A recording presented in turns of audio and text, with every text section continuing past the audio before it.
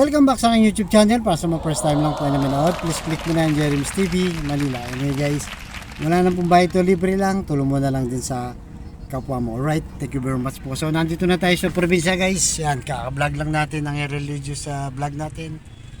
Nandito tayo sa Memorial o sa Pampanga na aming probinsya. So topic natin po today's video, Mayora binira itong si Yorme at si Vice Chi Atienza. Engage siya ng ating pag-uusapan na kung saan, di ba, nagbigay siya ng statement. Ang sabi niya, kung iniwan ka once, pwede niya rin gawin sa iyo yan ulit, sabi niya. At napaka-toxic ng mga bumabalik. Yan ang sinasabi niya guys. So unang-una, di ba, sino ba yung nang iwan? Si Yorme ba o siya? So alam naman natin, sinabi ni JTB Villanueva na wala nang plano talagang tumakbo itong si Yorme. Subalit, di ba, habang umihikot siya sa Kamaynilaan, sinisigaw ng taong bayan na bumalik ka na, Yorme. Di ba? So nagulat ngayon si Yorme, sabi niya, bakit ako pinababalik ng mga Manileño? Meron namang nakaupo dyan, di ba? Si Mayora nga, na in-endorse pa niya at buong tiwala niyang iniwan ang Maynila. Di ba? Iniwan niya ng napakaganda yung mga papuring na ibigay kay Yorme guys, napunta kay Mayora. Sinalo lahat yun. Yung bango, yung performance, yung mga project, lahat. Kaya nga nung tumakbo siyang 2022, iniwan niya itong si Mayora, halos panalo lahat ng ticket ng Asenso Manileño. Yun na nga lang, after 3 years, anong nangyari, di ba? Bakit ang daming reklamo? Di ba? Na dapat sana natuloy-tuloy na yan. Di ba? Nagtuloy-tuloy na sana, pero binatikos si Mayora dahil nga dyan. So dahil dyan, siyempre, kahit sabi nga ni Yorme, di ba? Kahit kakampi, aawayin, kung pinabayaan mo naman ng Manileño o taong bayan, lalabanan ka niya, aawayin at aawayin ka ni Yorme. Siyempre, di ba? Kaya niyang isakripisyo yan. Di ba? Kasi nga sinisigaw na ng taong bayan. Sana kung yung iniwan ni Yorme ay pinagpatuloy niya ng maayos. Actually, napakagaan na lang ang trabaho niya. Itutuloy na lang.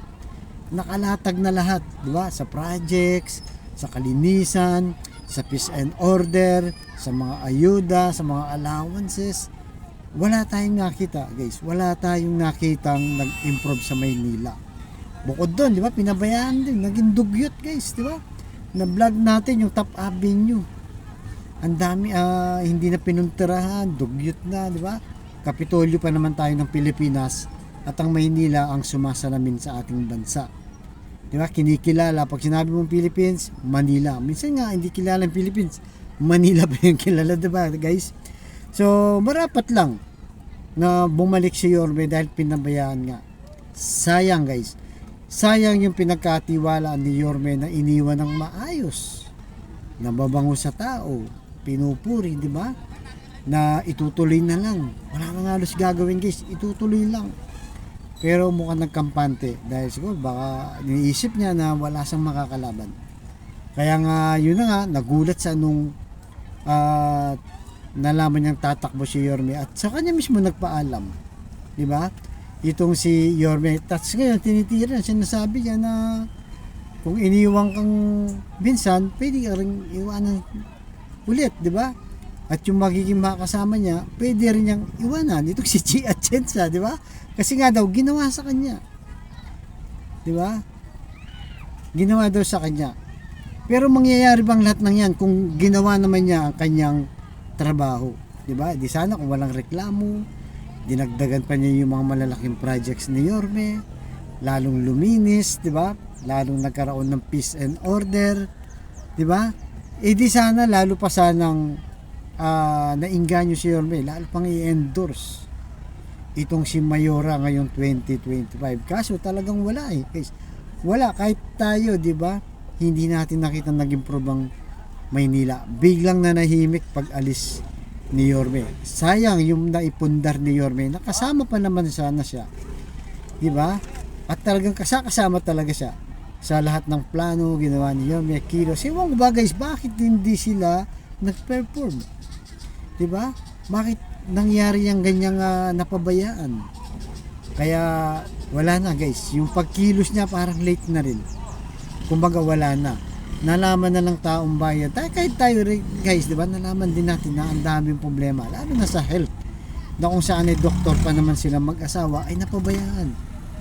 Inulan din sila ng mga maraming reklamo. Di ba? Kaya marapat lang na ibalik kay Yorme para yung Manila ay great again. Sabi nga ni Yorme, ibabalik niya yung ningning, yung sigla. Kaya tayo guys, excited na bumalik si Yorme dahil alam natin na lalo pang uunlad ang Maynila. Kasama na rin siyempre ang Pilipinas pag nakita nila, lalo sa ibang bansa na gumaganda ulit ang Maynila. Sugadong magsisidagsaan na naman yung mga investor, di ba? Yung mga ambassador guys, at yung mga magdo-donate sa Maynila. Dahil alam nila bumalik na si Yorme na magniningning ulit, na talagang serbisyo at mahal na mahal niya ang Maynila. Kaya tayo guys, tuloy-tuloy po tayo, di ba? Wala nang magagawa si Mayora, si Spamby, kahit anong paninira, wala yan guys. Tuloy-tuloy lang po tayo. At sana yung sinasabi ni Yorme guys, magpaulan pa tayo. Kasi talagang maraming paninira ang lumalabas na ngayon para pabagsakin si Yorme. Pero hindi tayo papayag guys. Kaya na sinasabi ko, kung marami silang paninirang binabato kay Yorme, mas marami tayong depensa na gagawin para maipanalo itong si Boss Y. Alright guys, okay guys, anong masasabi nyo dito sa birada ni Mayora na tila ba nagtaksil ulit itong si Yorme? Hindi niya maintindihan bakit hindi niya magsalamin para makita kung anong ginawa niya dito sa Maynila.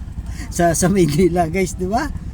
So yan po, tuloy-tuloy lang tayo. Like and share and subscribe na rin po para makatulong sa channel ko at kay Boss Y.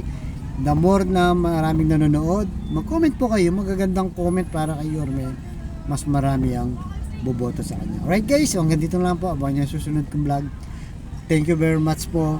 Pagpalain tayo ng buong may kapal. Manila, God first.